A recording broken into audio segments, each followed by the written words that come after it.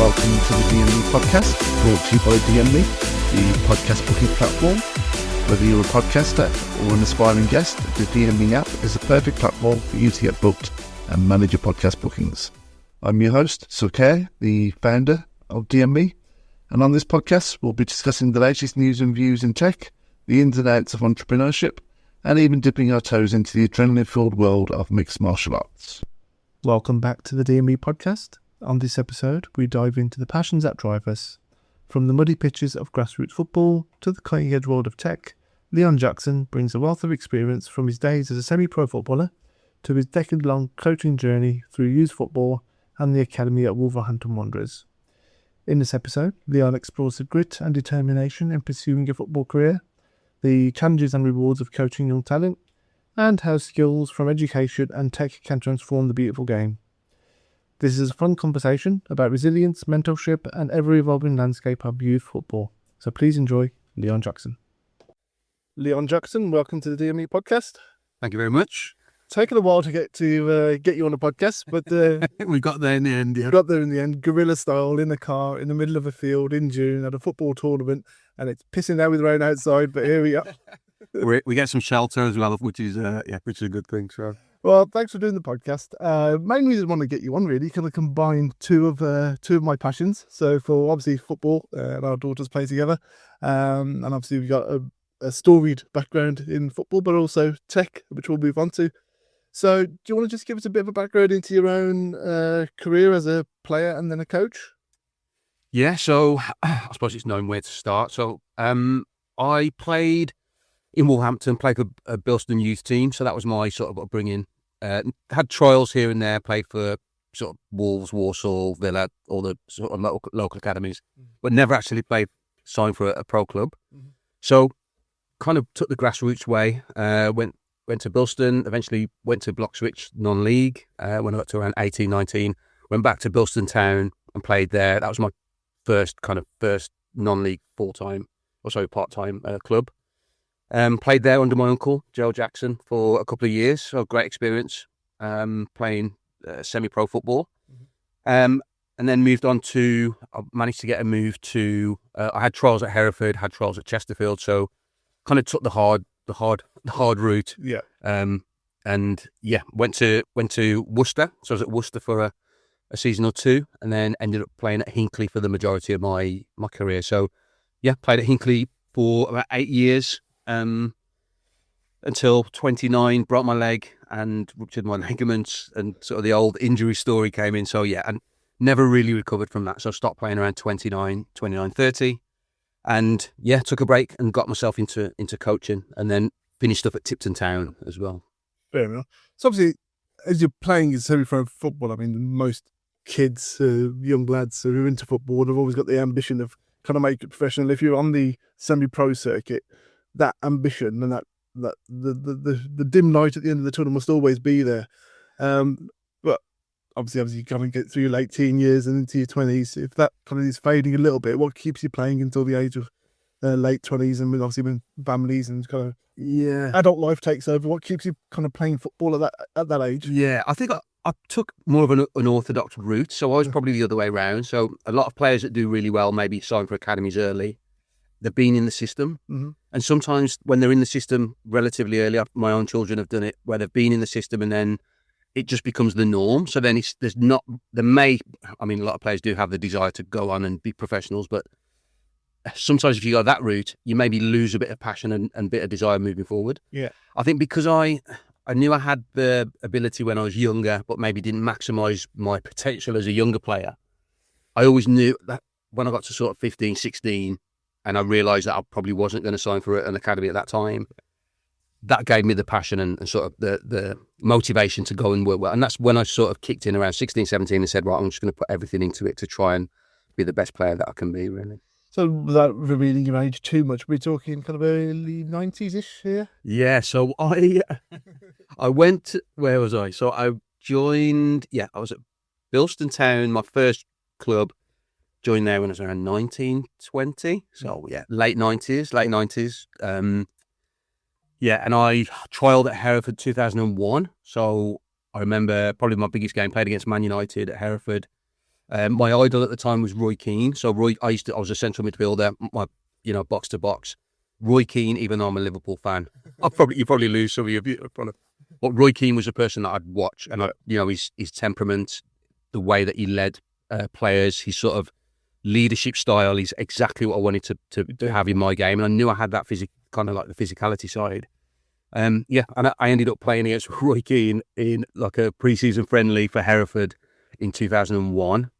And that was, it was obviously looking back, it was just a fantastic experience. But did you manage to get a tackling on him? Or I always tell the story. There was a moment where it was kind of like a 50-50. Yeah.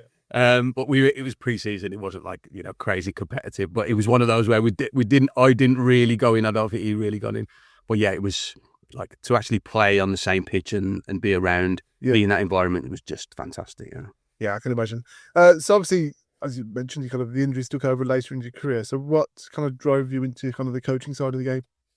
Yeah, so I've got a younger brother actually who's 12 years younger than me. So I coached the local team when I was still playing. So I was around 25, 26. So I was coaching, teaching and playing. So I supported him. He was at Technol All-Stars, like a local team. That was my first real coaching gig, Grassroots.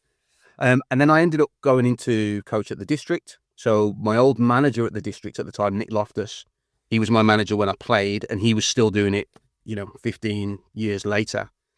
So he invited me to come across and coach the district. And so I started doing Wolverhampton School boys. Took them from sort of under 12s to under 15, so I did 3 year stint there. And I did my level 2 around that time as well. So I did my level 2 badge, doing the district stuff. And it was coming up to the end. I say the end, I didn't realise it would be the end, but around 28, 29, when I broke my leg at 29, 30, I think that was I was still coaching at that grassroots level, but I made the decision to, okay, if I'm not going to play, I want to coach at the highest level possible. Yeah. So around 30, I did my B license and then got into Wolves Academy. So managed to get into Wolves Academy and do my B license. I think around 2010, 2011. Did that for a year or two, and then coached at Wolves I was at Wolves for 10 years. So I was at Wolves Academy for 8 years. So I'm trying to think when I joined. I left in 2017. I did 8 years part-time, 2 years full-time, and left in 2019. I left it. Okay.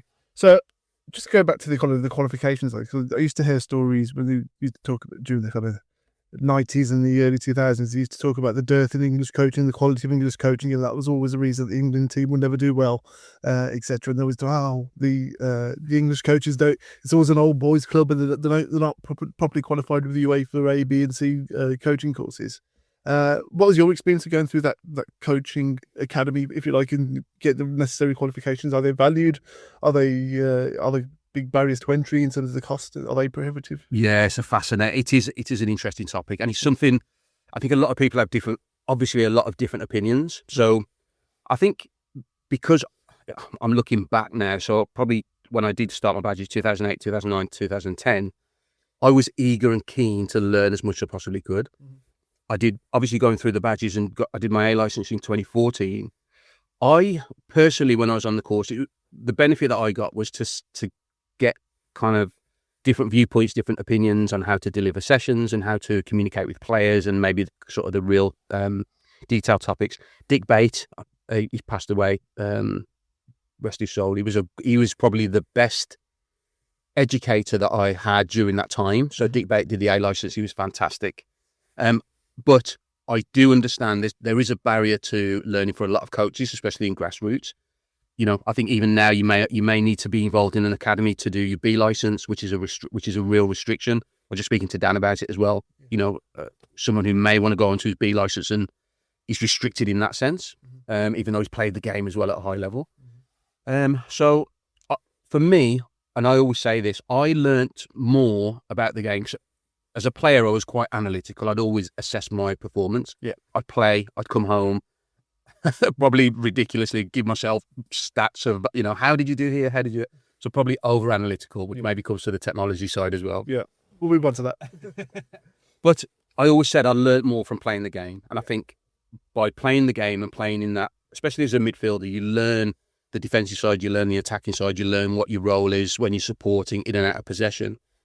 All of that, I think I learned. I don't think I learned much about the game outside of playing.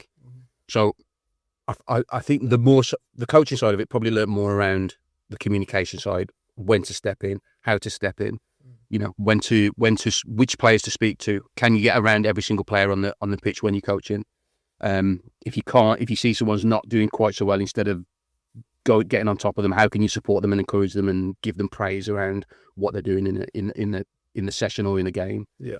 So all of those little things, along with teaching as well. So obviously I was a teacher at the same time. So I was teaching. I kind of brought a lot of that teaching into the coaching, and it was almost interchangeable in terms of those skills. Yeah, so I was just seeking my own minor coaching experiences. I don't have that teaching background. I've never really worked with kids at all. And outside of knowing a little bit about football, just trying to translate basic skills to players and formations, etc., and young lads especially, the 90% or 8% of the work is actually getting through to a teenage kid. So I'm just going capturing their concept, true. which is where the actual teaching qualification and how to engage with young people and speak to them properly and trying to get the most out of them. That's where the actual skill comes in. So I think the football stuff is completely secondary. I agree. And I think when I first started coaching, and Nick Loftus, he's a teacher as well, background, and Steve Burns, he was at Aston Villa, who's got an education background as well. So I got really close with people who had been in education and then had gone into the academy system. And almost one of the things I was told is that football coach education is 10 years behind school education in terms of delivery and communication and how you get your points across to players, as you've said. Yeah. And so the academy system, even though it is an academy and people see it as an elite environment, when I joined, it was still I could see that it was still behind education. Yeah. So, in the school that we were in, they were very forward thinking, the way that they talked about communication, how to get your point across to individuals in a classroom environment, which is more challenging than a football environment, I guess. Yeah. A lot of kids don't want to be there. Lots of kids don't want to be in the classroom. You've got to try and motivate them and encourage them and spark their interest somehow. Whereas football, kids want to play. They're out there. You don't really need to motivate them, generally speaking. So yeah, it was almost a different environment, but taking things from education, bringing it into football, whilst maintaining the players' passion in there was a really good experience to have. So I think you've probably got many years of experience in the academy side of the games at kind of various levels. I know there's various tiers to the professional academies and even lower down the leagues, and there's obviously tiers to those academies. Have you seen the academy side of youth football change over the years in your experience? Okay, yeah, I think when I joined, I had the under 11s. I took at Morgan Gibbs-White was one of the first groups that I had. Yeah, I had Morgan Gibbs-White in there. The first team, I was spoilt really, because the first team that I had under 11s as a part-time coach, just coming in, not doing my B license. I had Morgan Gibbs-White, who's now obviously at Notts Forest, maybe looking to get a bigger move somewhere else. I don't know. Dion Sanderson, who's a local lad from Wolverhampton. He was captain at Blues. Huh? I'm not sure what he's doing now. I think he moved on maybe to Blackburn, maybe at Blackburn Rovers. Ryan Giles, who was at Luton in the Premier League, dropped down. I think he's gone to Cardiff possibly. And then the rest of them, obviously really good players in that academy group. So we were spoiled. It's not often you get 3 or 4 players that go on to become professional players.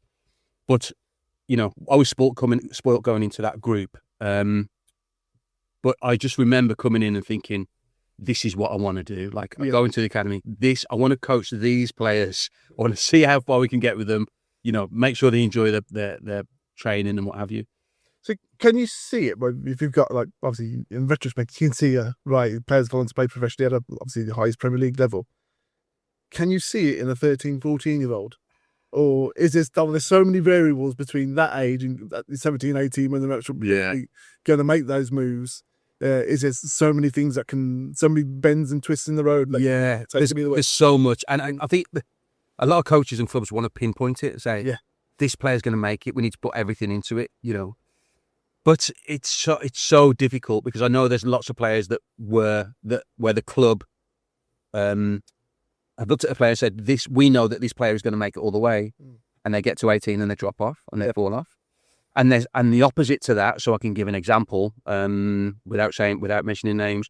There's a boy that was released at under 12s or under 13s, late maturation, was at a school where all of the players went to, which is a local school, got released at 12, 13 because he was playing fullback, players were getting past him, the club made a quick decision to let him go.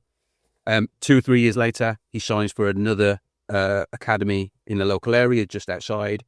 And then, he gets his YTS, gets first year pro, and then ends up at Chelsea. Okay. So the boy gets released. And so it's really difficult to identify at an early age who's going to be able to do what. I think the mentality is a really big one, which is difficult to assess. But if I look at the players that I've just mentioned, it's like, I'd probably say Morgan, you could probably see he was probably the best in the group or one of the top 2 or 3. And he had something about him, like he could see a pass. You could see the vision. He had a good mentality. He worked hard on the training pitch. It was like that. Yeah. Ryan Giles was bags of pace. There's nobody faster than him, so you knew that he was going to be up there somewhere.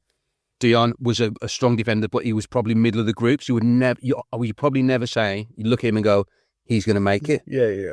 Being honest, but he's gone on to do absolutely fantastic things. So lots of different ways. I guess in those aspects as well, it's always about opportunity, right place, right time, and you've got the right skill set that matches what a club or what a manager or what a coach is looking for, and it's kind of the luck of the draw. It goes a little bit in the right. You have to be in the right place at the right time. I think so. You might have loads of bags of pace, etc., but then, it's always the biggest kid in the playground mentality that I kind of see. You see players that look fantastic at youth level. It's because they're the biggest kid in the playground. Yeah. Then everybody else catches up as they grow spurts. Also, all of a sudden they don't look so good, so great.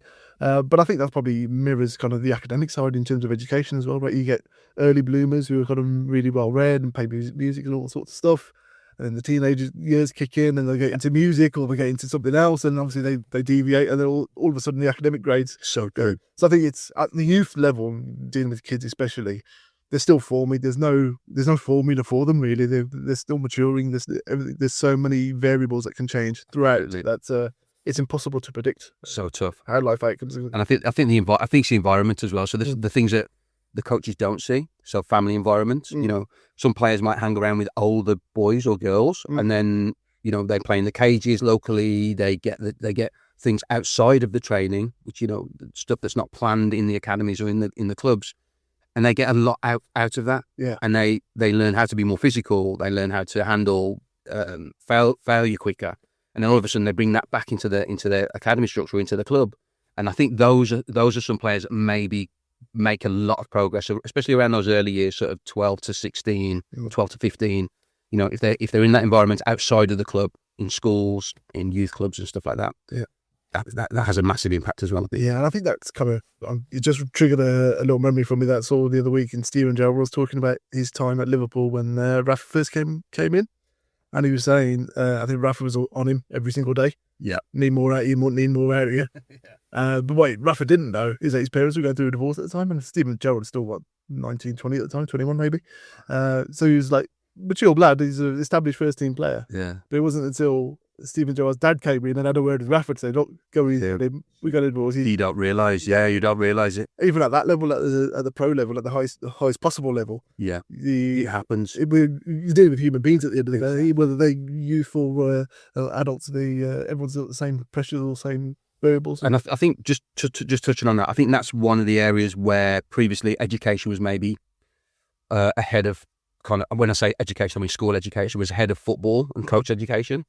Because obviously schools are more aware, not fully aware, but they're more aware of maybe what the child is going through. They see them every single day. They're there for 6-7 hours a day.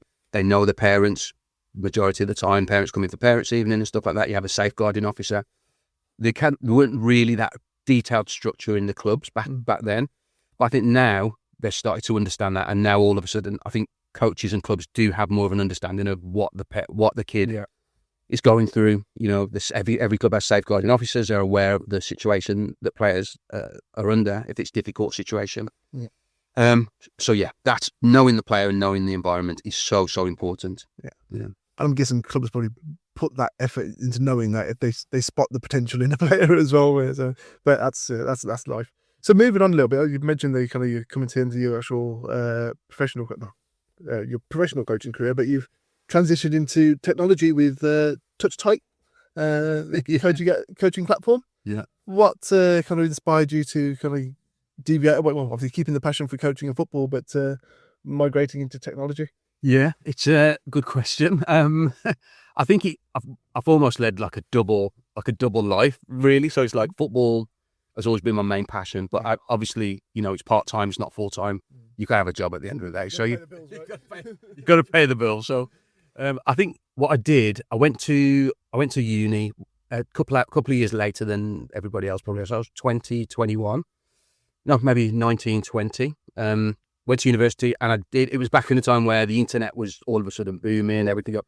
So I chose to do computer science, even though I'd never done any programming or anything like that. I've literally gone from doing a YTS at Bilston and a sports and recreation MVQ level 3.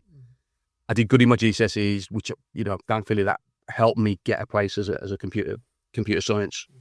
So I did that for 3 or 4 years, got my degree in computer science, and then went straight into teaching. So I did that, was going to do a master's and everything else, but I actually sent a letter to my old head teacher who helped me when I was at school. I wasn't an angel at school. I was right, well, I got messing around with it. Well, he looked after me when I was at school. And I sent him a letter, said, thank you, I'm just about to go and do my master's, and he sent me a message saying, would you like to come in and teach? So I did the interview, and that's how I got my teaching job. Oh, okay.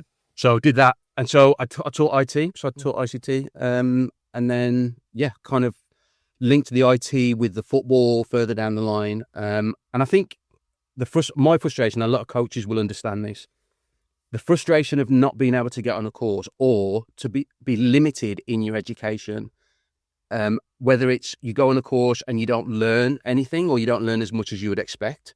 That was a massive frustration for me. Or initially not being able to get on my A license was like, well, what? I've done everything that I need to do and I still can't get on it. Yeah, come on. And there's loads of coaches out there. Probably the biggest barrier is that level 2 to B license. That's a massive barrier. So I was in that position for a while, and it was that frustration of, okay, I need to do something.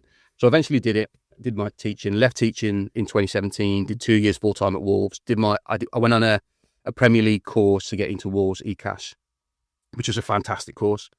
And then at that time, I think I started the Touchtight company in 2015, 2016, through that frustration. Yeah. So because of that frustration, I said, okay, I need to, it's not just me. There are hundreds of thousands of coaches out there, not just in this country, like worldwide, that can't access the education that we should be able to access. And so, that's how the idea was born. Okay, so it's more about spreading the knowledge and kind of sharing your experiences and your coaching books. Exactly.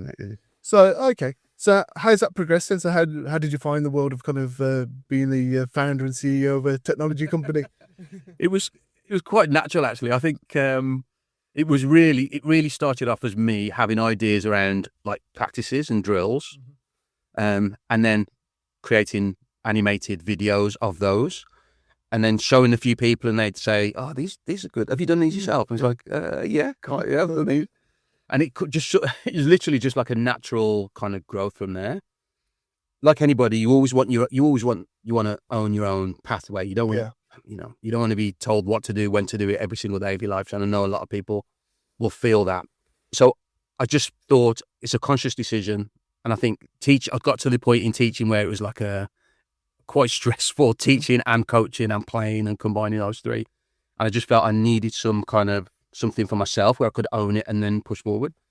And so it was just a gradual development, created a website, uploaded some videos, opened a subscription up. Yeah. And then, a lot of coaches signed up and they were really interested, built a community.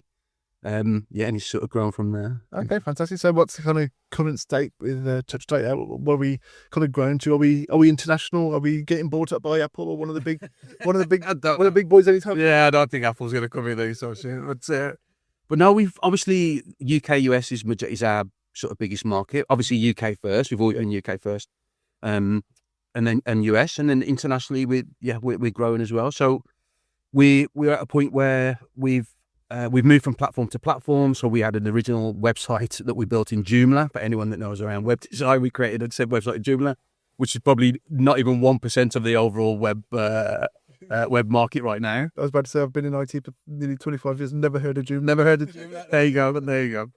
So yeah, that was me starting something up, saying, okay, I know what I'm doing. I didn't know what I'm doing. So yeah, did that, and then sort of migrated to another hosted platform that hosted the videos for us, which was much easier. So yeah, we've been on there. We created a mobile app.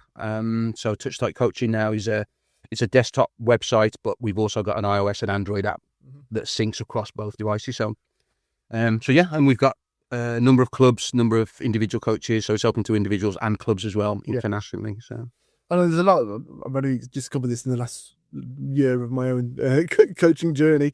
But how do you see kind of the market? There seems to be a lot of tools and applications out there at various levels, aimed at various targets for coaches, etc.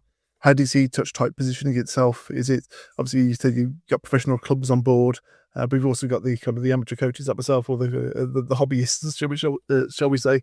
How do you think you can go on? What's the next steps to developing the platform? Yeah, and it's a good question. I think we've always struggled to kind of have a real niche. We don't. The reason being that the whole philosophy or sort of idea around Touchtight was to help coaches. Yeah. Like regardless of what age group you coach, regardless of what level you are, we want to be able to help you, give you ideas on how to deliver. Help you be creative, be a community where you can jump in and out. I think the position we're at the moment, we do have now clubs on board. We have a couple of FAs as well that are on board at national governing bodies. But in terms of the actual technology, we know that there's a lot of competition now. Everybody is doing, whether it's a session planner, whether it's a hosting videos, whether it's a club setup or whatever. So what we're trying to do, without being sort of a catering for everybody, is have all those piece of software or those piece of functionality into one system. Mm-hmm. So we built a system at Club. It's club.touchtight.com. So it does have the club kind of mentality around it or approach, where coaches can come in or clubs can sign up and they can do all of those things. So they can watch video, they can download session plans, they can set their club, their teams, their players, they can monitor their performance, they can create their own animations, their own session plans, download it and share it and whatever else. So that's the current situation we're in right now. But yeah, we're building. We've got a development team that's building on that every single day. They work full time. But yeah, I think the next step is sort of, we've got things like player logins and then creating a mobile app, so it's never ended with the development. I mean, many years ago, I was always having ideas for apps, and the one I thought of, I never did anything about it, like typically me, but is look at your football. I thought, like you had IMDb for movies, and anyone who's ever acted in anything or produced anything has got a credit on IMDb, right? So I thought, hang on a second, we could do the same with football, right? Yeah. Spotted a player at youth level, you get kind of community scoring, and it kind of aggregates into actually that worth watching. But then the whole reality of kind of safeguarding and privacy data kind of came into it. I was like, it'd be a bit of a difficult challenge when you deal with these players. It's tough. So just to kind of wrap up then, the closing thoughts on this one. I know we've got a game to watch in a few minutes. If Leon Jackson, the coach, could give one piece of advice to Leon Jackson, the player, what would it be? To the player, don't stop what you're doing and always push the boundaries. Don't feel like you're limited in any way, and maybe listen a bit more to or find the people that you should be listening to and listen a bit more to those people, rather than being an open book. Awesome. So where can our audience find Touchtight Coaching, and if they wanted to engage and download the platform? Is it off on the website? What's the full website? Yeah, we've got two websites. So the website which has a mobile app as well is app.touchtight.com. And you can download that through iOS and Android. Just type Touchtight Coaching. You'll see the app. And most people use the app nowadays. You know what? Everyone's like, this one clicks something to find it. And then the site that we're building, that we built, the new platform is club.touchtight.com, and we will have an app coming out on there soon as well. So amazing. Well, we'll link to all those in the episode description. But Leon Jackson, I'm glad we finally did this. We got there in the end. Yeah, we got there in the end. Thank you very much for appearing on the DMA podcast. Thanks, Suki. Appreciate it.